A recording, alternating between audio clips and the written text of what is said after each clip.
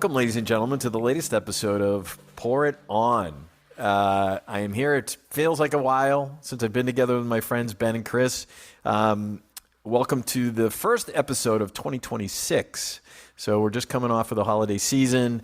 Ben's coming off an extended illness, but he looks 100% from what I can see. I am there. Make that judgment on your own as you hear him talk this evening. But boys, let's just check in real quick. Chris, how are you doing as we start our time together today? I'm doing very well. Thank you very much. The holidays were great in my house and my family.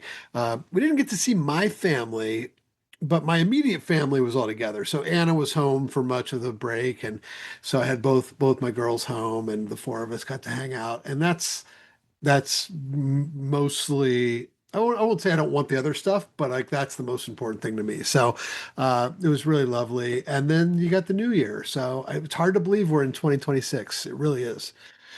So yeah, checking in with a half acre hazy IPA today, boys. Nice. Ben?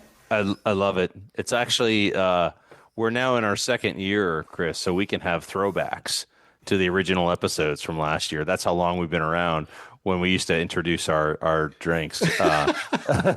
I'm great. I'm happy to be healthy again. It does feel like it's been a while since we recorded. I think it was probably mid December or something like that. Yeah. But yeah, and the end of the year and that whole daylight savings time last fall threw me in a way that it hadn't before. Like, wow, time is going fast. It felt a little bit off, like one step off for so much of 2025. But had a chill final stretch of the year that last few days, and I'm excited for 26 and a whole year full of episodes with you guys. It'll be fun. Amen. Awesome. Good to be with you both. So for our topic conversation, I am hosting. I have made my way out to Palm Springs. We got here on the 29th of December.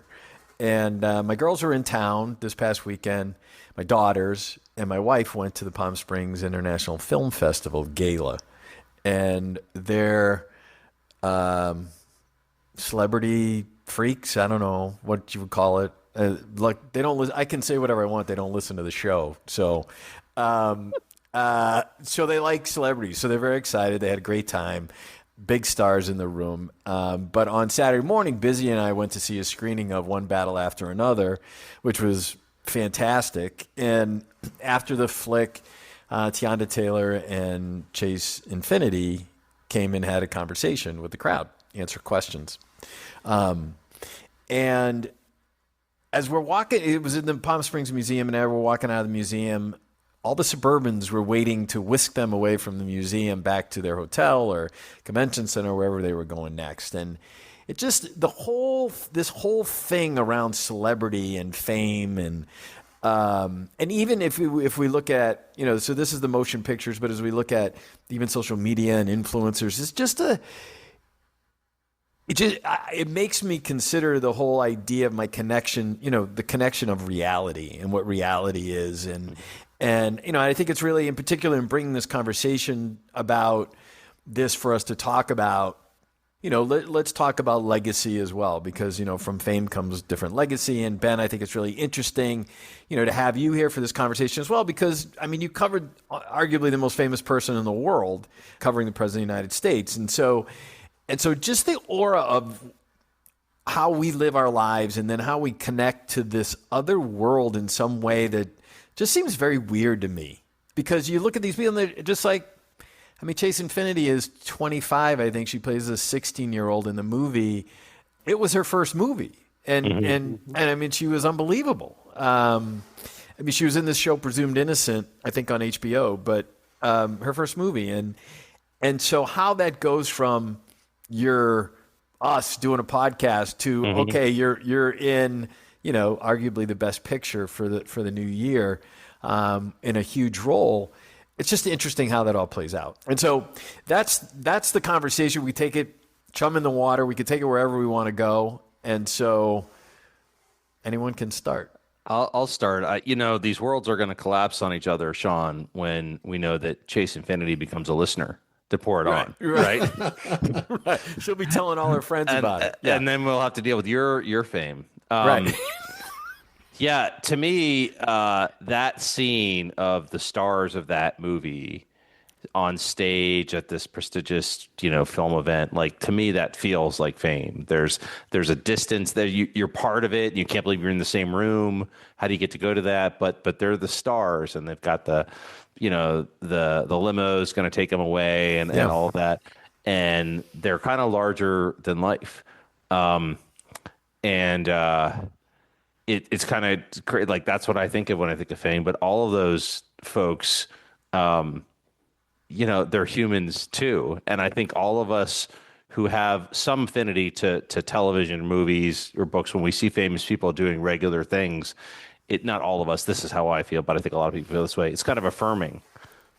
When you see them like waiting for their drink at Starbucks or something, or like, here in New York City, Hugh Jackman and Bradley Cooper and all these folks going to their favorite, coffee shops or delis. Like I've seen famous people all the time. The great actor John Turturro lives on my street, and we did the same commute, including like a train switch all the way into Manhattan. Got off at the same stop. So I have been around it covering the White House for 6 years. I was in surreal places, Right. where I'm like, what are we doing? Like, I'm watching the president order a cheeseburger at a Five Guys. Like, what's happening here? So, but I guess the way I think about it now is, we could talk more about the president, but in New York, I just was at this holiday market a couple weeks ago, and the Union Square Market, a beautiful spot in the holidays in Manhattan, and I'm on the phone. I got a cup of coffee, and I was just stopped there, and it's like 2:30 on a Friday, and it's a cold gray day, but the place is bustling, and I look over and I see one of the quarterbacks for the Giants, Jameis Winston. Now, if you're not a pro football fan, this guy has been around for a while, but he's a larger than life personality. So he's even like, wherever he's playing is almost besides the point. He just brings this goofy energy, and he's got a lot of fans. And I saw him there with what I assume was his wife, and they were waiting on their food. And I was on a call, and I looked up, and 15 minutes later, they're still waiting, and they get their food, and they're looking for a place to eat it, and I'm leaning on this table, and I waved them over, and I'm like, here, you guys have this table. And they're like, oh, thanks. And right then I was on the phone talking to my girlfriend, said, hang on a second. And I was this close to engaging in a conversation, because like the week before, he threw a pass and then caught the ball back. It was it was a flea flicker, and made a guy miss. He did something that quarter. And I was going to have a whole conversation. And I'm like, you know what, man, this is New York City. Like, you see somebody famous, you just let him go. You let him be, Yeah. And I was really kind of torn, because I would have loved to talk. And I think he would have loved the moment. But I'm like, don't offer the guy a table as a condition for, just to offer them the table. And I did. And I walked away. It said, Merry Christmas, So we're kind of conditioned to like, be cool. Fame is all around us. It's part of the city. Don't interrupt it. Just let them flow like regular people, It's funny. First of all, I think that we reached a consensus before we started that the DiCaprio film is fantastic. Fantastic. Yeah. And in my opinion, the Timothy Chalamet movie is brutal. We went to see that the other night. We were Loved walking it. out. Oh, I hated it. Hated it. Walking out of that movie, Wow. I heard one woman say to her friend, that was almost 3 hours. And her friend said, of misery. Oh my God. I loved it. I was like going into OBAA. I'm like, oh, is it going to be as good as Marty Supreme? I didn't think Marty Supreme was great. Wow. Anyway, that's another show. We'll do that for Kathy and Todd. Yeah. I will say, I don't know about Ben, are you saying living in New York, you're sort of conditioned to like brush it off? Not brush it off. There's still, it still is like, oh, that's, it's more like we're more used to it. And so, it doesn't have the stop in your tracks thing, because it's around kind of every corner. It doesn't mean it's not cool. Yeah. Leonardo DiCaprio in New York, lives in the same building as my girlfriend. in the same building. And so like the different side and the one in the penthouse, not where, not the regular apartment, but like that's the kind of thing where I'm like, oh, ever see him? Like, yeah, once or twice, like, okay, walking the dogs or whatever. That's all I mean. It's not too cool for school. It's just, it's like, it's not an impossible, larger than life. How could somebody on the big screen be here? Because I live in a city where a lot of them are. But that's why that scene that Shaun described, that's like, it's the same people, but it feels more like fame because it's got that glitz around it that Yeah, the yeah. regular folks we can't access normally. I just have to check. You're not worried that Leo lives in the same building as Francesca, are you? You're not worried about that at all. You're comfortable. You're comfortable. I don't want to get too personal here. She's over 25, so no.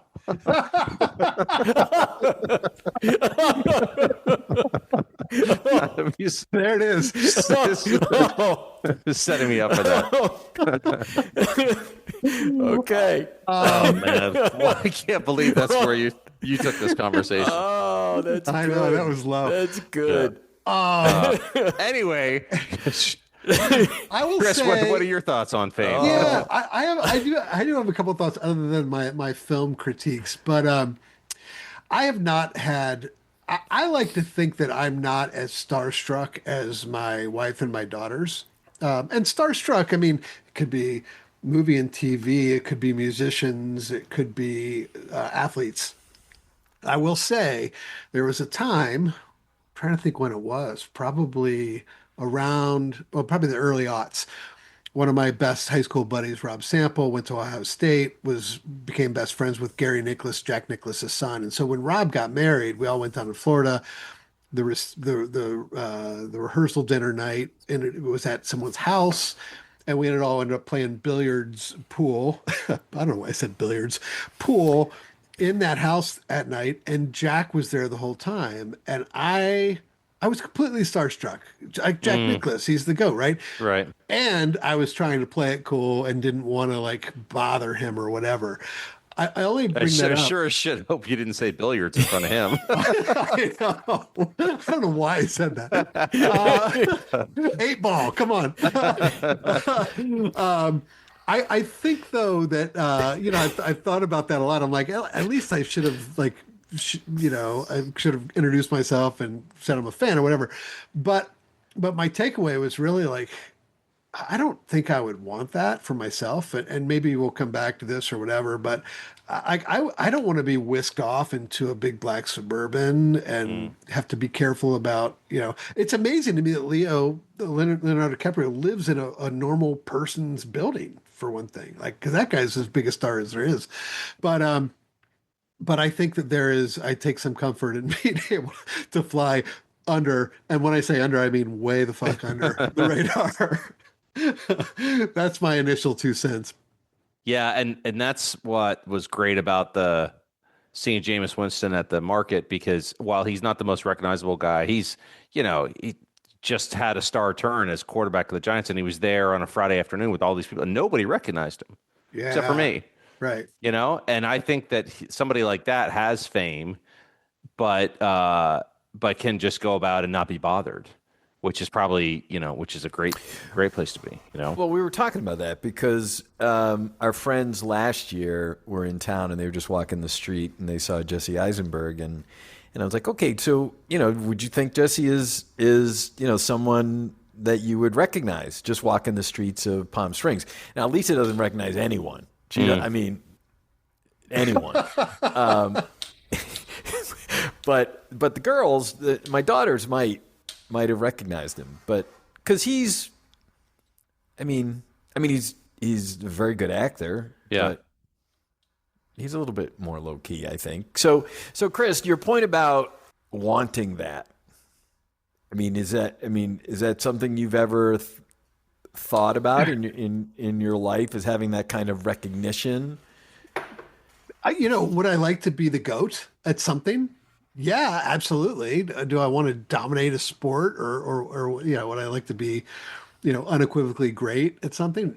Absolutely. But I like to be able to step out my front door and walk my dog a mile and not have people stopping me along the way.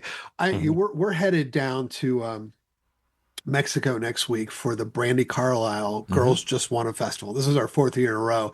And one of our dear friends, Ciamara, sits on the board of Brandy Carlisle's foundation. And so we get to go sort of as friends and family.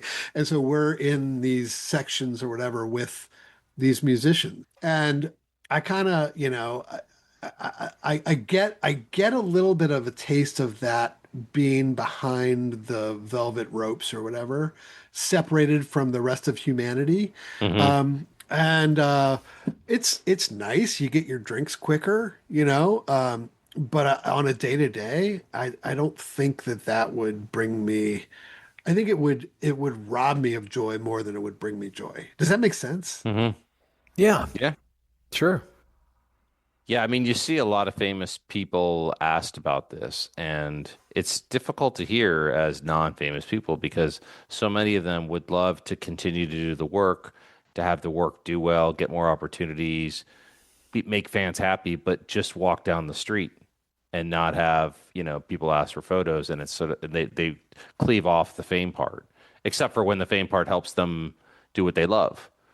And so some have just gone and lived in very far off places Sure. specifically because they don't want that.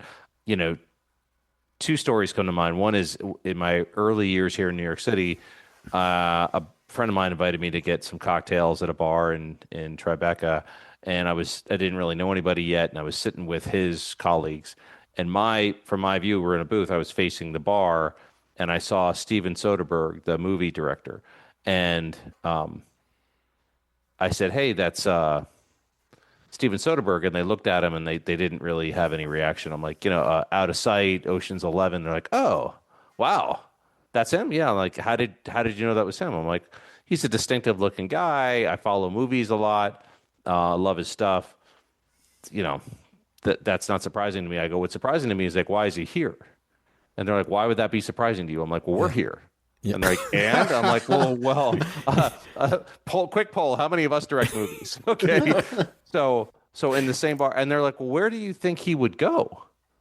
Like a guy like that. And then one of them said, you know what? He probably owns the building. Mm. Like this is probably his bar. I'm like, no, I'm like, I don't know. I thought Steven Soderbergh would go to some other place where he'd have a meeting with Brad Pitt. Like he can't just be here. And I Googled it later, and sure enough, he owned the building. It really, Yeah, that's like he hilarious. owned that building. But the other one is I just had to bring this up because it's got a Chicago tie. When Obama was running the first time, I was covering his campaign for a little bit. I was based in the White House, but I covered like a little bit in October of 2008. And uh, at that point, he was a U.S. senator. He was getting these crowds of 100,000 people, so he was a phenomenon. But he hadn't experienced what it was like to Yeah. be that much in the bubble. So we go to Chicago, and he wanted to take his kids trick or treating, and I was in the press pool, and so we're following them, and he comes basically onto this bus that we had and said, in so many words, "You guys need to stay on the bus. Like I'm taking my kids trick or treating," and we all kind of looked at each other like, I don't think you get it. Like, you Yeah. don't tell us what to do. I mean, I guess he could have told Secret Service to keep us back, and then we would have done a story about it. But you want to be the man now. Everywhere you go in public, we're going to be there because anything could happen at any time. And so he and I think it was Sasha, maybe one of his two girls. They're like, "Well, hell, let's just run." And so they made a game of it, and they just start tearing down these Chicago streets. And so now we're like fools running after them, and they went to a party and stayed inside. And I just thought like I don't think he did, but it hadn't clicked. He's like, you don't get to. I mean, there are limits. I'm like, well, we're not actually trick or treating with you, but if you're out in public and it just didn't want the fame part of that. This is the second time we've heard about you running, Ben. Like I have no I idea. know.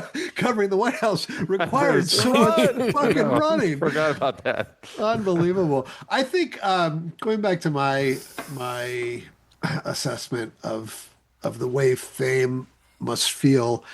We talk a lot on both of our podcasts, Shaun, this one and If You've Come This Far, about connection, like human connection, like authentic connection.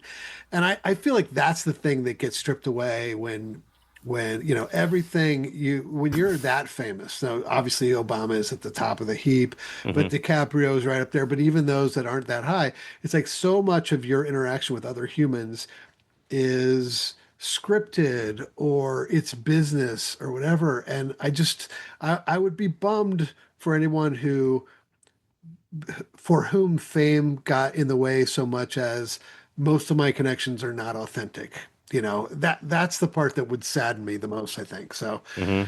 Even at a minor level. I mean, my friend Daryl Postelnik is a TikTok star, Cooking with Daryl. We've had him on the podcast, and we were in Wisconsin before Christmas. He was there as a guest of the Grand Geneva. They wanted him to work with the chef there, and put us up for a few nights. One night, but dinner, a night, and people in Wisconsin were coming up to him saying, "Hey, I love your videos. I love your stuff. Will you do a picture?" And what's interesting to me is it's. I mean, I get a couple 3 million followers, but even then, it's like the engagement around it of him just doing videos on TikTok creates this connection, and that connection can either be a good connection or an or a. I mean, honestly, we interviewed Ben Feller for his book. Ben Feller, chief White House correspondent. Chris was like, "Wow, Ben Feller wants to have a conversation with us." I did And not now say it's- that, Ben. I did not say that. And I mean, I'm just trying to remember if I wanted to have a conversation with you. I I did. I did. Fact checking, Shaun, you're right. but your experiences Yeah. and your experiences and your expertise and what you were able to do was we had never been with someone like that, and that was really. It was really interesting. We thought it would have vaulted up our our listeners more, but Maybe oh it well. still will. Oh, Maybe well. it still All right. will. There's other good things that came out of it, but Yeah. but no, I think it's the idea of handlers and not being able, I don't know, not being able to go for a run or I mean, those things and the pluses and minuses of that. But maybe the money and the private jets and all those kinds of things outweigh these things. I'm not having experienced it. It's hard for me to say. Yeah. And it's not anything I've ever longed for. I will say this, I will say that I have, many people, I think, and Chris, to your point, in being the GOAT and refining their art or wanting to be a leader, it comes with it, right? I mean, if you do this at a high level, you can't avoid it. So you either decide, well, I'm not going to do this at a high level, or I am, and I'm going to take what comes with it. I think, I mean, would I want to be a CEO of a big company? Probably. But that never worked out. And what would come with that? I don't know. I'm still thinking about all these stories of, fame and handlers. When I was in my mid to late 20s, I was living in Greensboro, North Carolina, and the ACC college basketball tournament was hosted in the Greensboro Coliseum. And at that, the Duke North Carolina rivalry is historic. That particular year, the teams were just chock full of future NBA stars, and I got to watch that game.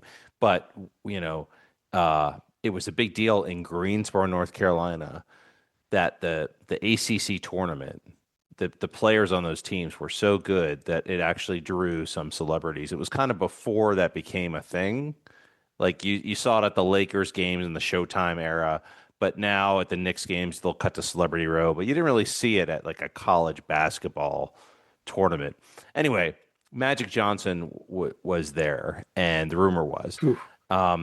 And so my job was to get an interview with him, and I didn't even know where the hell he was, but I just start looking, and I knew some people in the town, so I would ask around, and finally I confirmed that he was in this particular suite, which in and of itself was like a win. Like I've confirmed he's here, and I know where he is, and I had a photographer with me, and I go to the suite, and there was just a big guy there, and he's like, "You're not getting in." And I said, "Listen, it's such a big deal to this community that he's here to watch this tournament in our town.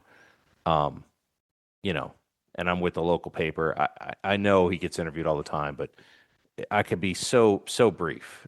And he's like, "What's brief?" And I go, "2 minutes." He's like, "Hang on." And he goes in and he comes back out. He's like, "You got your 2 minutes." So I'm like, "Wow, I did it. I got in the door," right? Which is basically a proxy for my whole career, right? Like Yeah. that running scared, running again. Goes. So I opened the door and there's Magic Johnson, and there was a smallish suite, and next to him, by the way, was Ralph Sampson, Jeez. college basketball and pro icon, who's 7'4". So, and Yeah, he was an UVA. afterthought, right? Yeah. Um, and so, but Magic gave me 15 minutes, and I just kept rolling with it. And the Yeah. photographer didn't really know where to go, and so he did this great job. He kind of got down on one knee and he took this shot, and so the angle of the shot is like Magic Johnson, like going like this, and I'm just interviewing him, and I'll show you guys the picture. But I remember feeling, wow, this I am starstruck because it's Magic Johnson, and I'm 26, but also I'm working here. Yeah.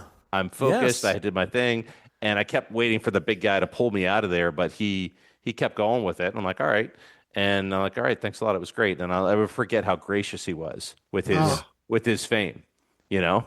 well, It was he's it that was. guy's one of the Menches, right? Like Mhm.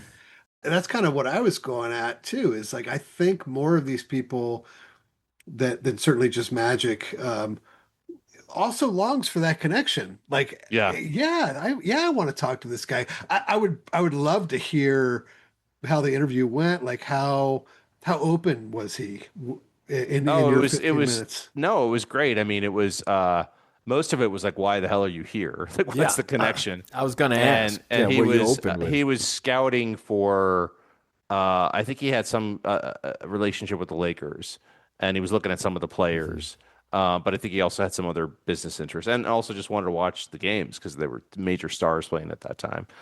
And yeah, and actually, I know you guys have already talked about some of the movies, but the Clooney movie that came out, you guys saw it before I did. It's this whole theme of it is about this, right? Right. Yeah, The It yeah, the is. fame, and Yes. then it ties into our last podcast about chapters of life and Yeah. when can you let go. But there's this scene in the middle where he's on this train in Italy and decides like, wait, these are yes, people, and I'm going Yeah. to talk to people, and I love yeah. that scene Yeah. So did I. because Yeah. they were just so they were joyous. And then there was a couple people that were asking him real people questions, like Yeah. what that one woman was kind of, and he's like, "Oh, you don't seem baffled by my fame at all," Right. Right. Um, and he clearly was looking for authentic connection in that whole movie. Uh-huh. So you don't know, like you're walking down the street. Do you want to say hi? Do you not want to say hi? Can I tell you how much your movie meant? Wait, now I'm stopping you. Now three other people are coming over because I stopped you. And so we just kind of let it go. But if you do ask, you never know. They might be like, thank God somebody didn't treat me like a robot and Yeah. said hi, you know? So bringing up Jay Kelly is an interesting because at the end, I mean, it's really kind of there's it's an aspect of legacy at the end. I mean, what was his legacy? I mean, he ended up, it's not not to spoil or anything, but for him it was this battle between family and career, Right. fame, really. And so, when you think about your legacy, is it something that's on your mind? I mean, do you think about, at the end of at the end of the life, he's watching this montage of his film work, and is that something you think about? Is it something that's important to you? Hmm. I'll go first here, Ben, if that's okay. Hmm. I, for me, it's that question we ask at the end of if you've come this far, like, what do you hope people will say about you or your wake? And Yeah. and I think about this Magic Johnson story. That's a guy who was genuinely interested in other people. He was not just, and this is the story I make up about him. but he was not just interested in being interviewed by the Greensboro. Did I get that Hmm. right? Yeah. News and record. Yeah. News and record guy. Hmm. He probably was interested in you too. And so Hmm. the number of people that guy has probably touched by virtue of giving them 15, 10, 5 minutes of real attention is everything. I mean, then there are those people who, I mean, I don't want to get into this debate again, but like Jay Kelly was a better film for me than Marty Supreme because Marty Supreme was so miserable because that's a guy who was craving that don't let's not talk about the movie itself, but what was sad for me is that was a guy who was craving status. Yes. And Yes. that's the part that I don't aspire to. Yeah, and it's funny because I as of this recording I haven't seen it yet, and Right.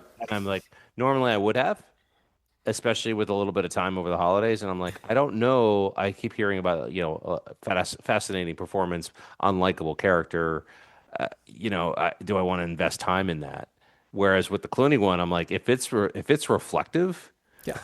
like Yeah. I'm all in. And so that one really struck a chord with me. I think that for me, to your question, Sean, what kind of legacy do you want?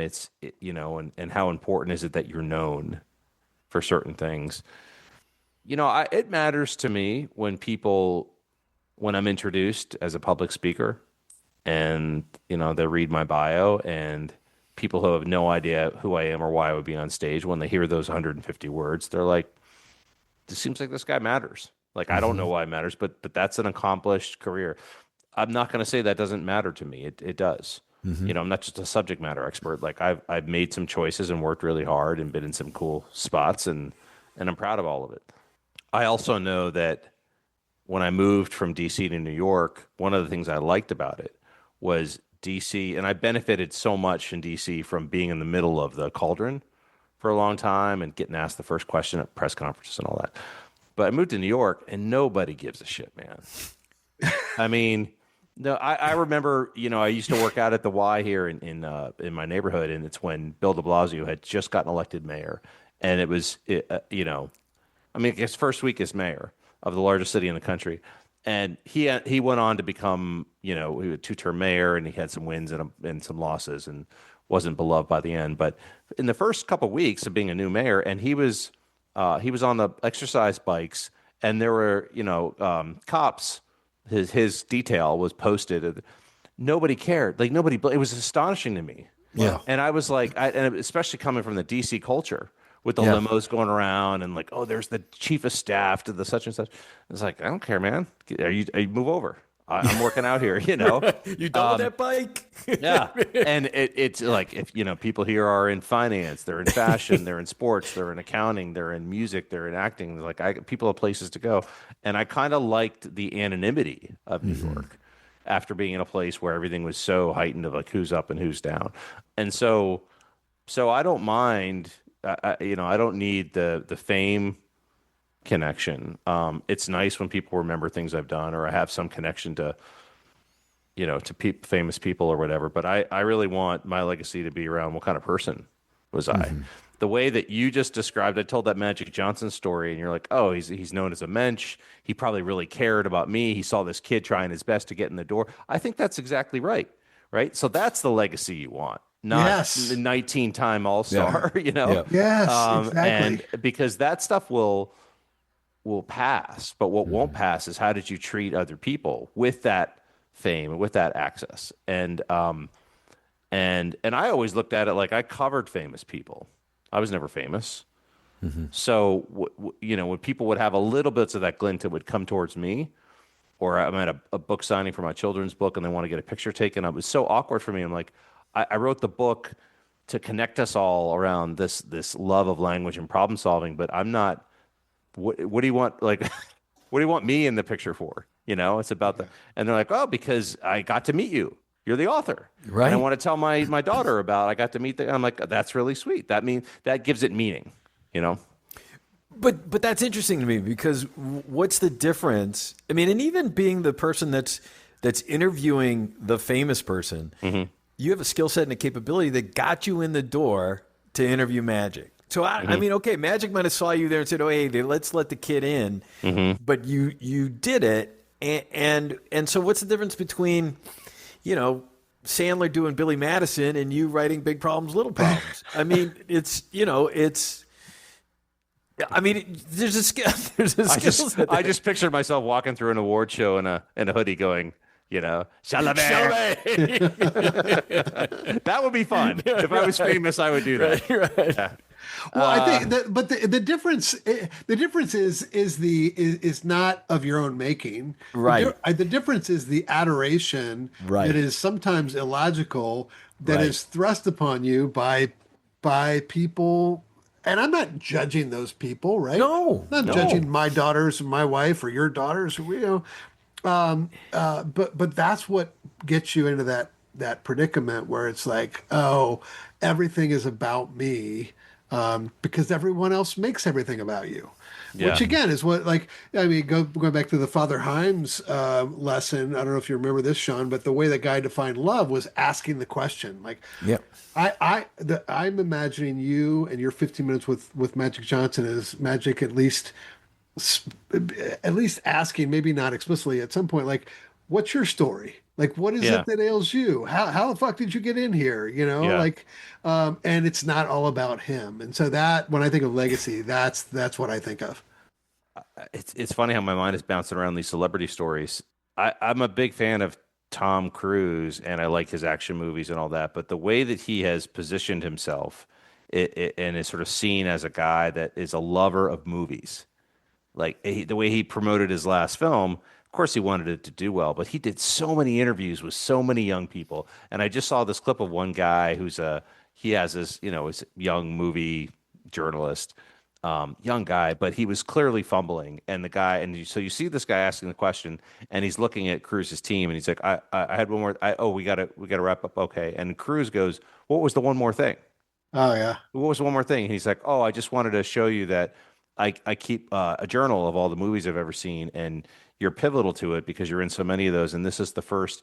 And Cruz like leans in and says, "This is amazing." He's like, "What? When was this?" He's like, "What were you thinking at the time?" He's like, and he guy goes, "So I just wanted to say with this extra minute that I'm honored and he goes, no, no, man, I'm honored. I'm in your story too." And a cynic would say, well, he knows he was on camera and wanted, but no, he was like, I got another minute. And Yeah, I think that's the thing, Chris, yeah, is like Yeah. we all want the 1 minute that makes us feel seen, heard, appreciated. And you Yes. get that from somebody who is larger than life. You're playing pool with Jack Nicklaus. Jack Nicklaus isn't famous. He is the greatest Yeah. of Yeah. all Yeah. time in the Yeah. history of the game. Yeah. You're hanging out with them like that should be wow, that's Yeah. amazing. And what we want is them to like, hey, what's your story too? That's Yeah. that's a legacy, Sean. yeah. Agree. 1,000%. I think we got to end on that. Yeah. I think that's a hell of a way. That's a hell of a way to end. Any closing thoughts? Well, it's just interesting because you had brought this up as a conversation around how we think of fame and celebrity, and then you sort of threw in legacy, and it wasn't clear to me, but it does refine my thinking when I think about legacy and how I want to make a mark or leave the world, or walk through the world, basically. So I Hmm. appreciate that. Thank you, Sean. Yeah, I feel the same way, Sean. It's a great topic, and I can't remember if I told you guys this, but maybe I did, maybe I didn't. But the point is, when I would leave the White House, and I would have my head down walking down the famous driveway, and when I would leave, and the gate would shut, it made this clang that I could still hear, no matter how softly I shut it. It was bang, and so people walking down Pennsylvania Avenue would hear that and look, and they're like, "Wow, look where he just came from." Who's that guy? And then who's that guy? And I would just look. They would look at me, and I could see their look, like, "Do you recognize him?" Like, and I'd be like, "No, no." But Just I'm not. Just keep I'm moving. just the guy that asks Yeah, the questions. yeah. Yeah. But what it would do would be it would pull me back out of my headspace and say, like, man, you get to work inside those gates for a little yeah. bit of time. Appreciate it because there's a lot of people walking around this place that has an aura and a majesty, they'll never get in. You get to work there, like appreciate it. And so I think we got to see these reminders and think about what they mean for us. And I agree, this has been a great chat to do that. Well, I was going to say I was just about to close it out, but I do need to make that comment about based on what the story you just told, Ben. Though, this idea of reality and what's real, and inside those gates. I mean, how the reality of that, and once you're inside the gates, maybe it's different. But that seems to be such an unreal world aspect of world to me. And so when you come out, so does it seem seamless to you as you go in and out of that gate between a normal world and this world, which is the most powerful place, if you will, in the world? Yeah, there were a lot of times when the regular nature of it would translate to a lot of people's words. People, with the TV on and doing some work and their sleeves rolled up and trying to get through the day and just a lot of moving parts, people figuring things out, shaping stories, people crafting policy, hustling from meeting to meeting. But then there were times when things happened in there that would happen nowhere else. And I remember the first time I was walked into the Oval Office. There's a reason why it says "take your breath away." Like I remember turning right, and I'm like, oh my God, it wasn't starstruck fame. Like what I felt was the weight. Yeah. That is different. Even coming out the driveway story, it's like, okay, access to this place. I'm like, I'm in this room. Like, it just there's only one in the world. Yeah. And I'm in there not to observe, to work. This is why I'm working. In fact, it's going to turn to me in a second. Get your shit together, man. Right. And so that is not replicable. Yeah. And that's the kind of thing that I would, and that's why those moments where the gate would shut would bring me back to that. Like, remember, you get to do that. Yeah. Remember, there's a lot of grind. There's a lot of sitting in vans. There's, waiting for the president to finish around. A lot of running too. A lot of running. Yeah. But wow. And so, and that part was cool because to your point, Shaun, I'm in there to work. I'm in there because I can work. And then, you have a lot of respect for the people who do all that every day. And then you leave, and it's like, hey, I'm a big man. I got to do that. And I'm like, actually, I'm waiting for the 42 bus to go up. I don't have an umbrella. It's raining. I guess I'm. Where's my black Suburban? Yeah, I don't see. Don't you know who I am? No, asshole. Actually, I don't. Yeah. So. Well, thanks for sharing, guys. Great stories. Great perspectives. Always interesting, folks. Thanks for listening to our first episode of 2026. We hope you'll come and pour it on with us as we continue throughout the year. More interesting conversations to come. Peace and love. Thanks, boys. Nice to see you guys. All right. See ya.